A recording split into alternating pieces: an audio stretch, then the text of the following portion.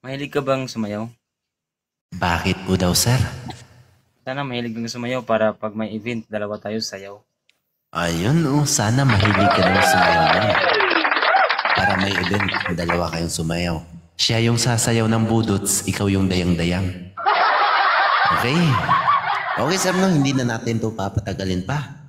Okay, guys, adjust po tayo ng oras para hindi tayo matatagalan kasi maraming mga kasinggilan natin. 2 minuto, sir. Ibibigay ko sa'yo ngayong gabi na to. Sige po, ate. Okay.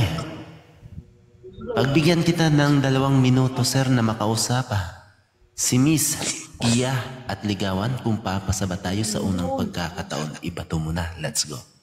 Miss, pan-mute ako, Miss Sagittario. Pabili na lang mo. Miss Kia, taga saan Ano ka? yung pa? Opo. Taga saan ka, Miss Kia? Taga Cebu po, sa buhay mo.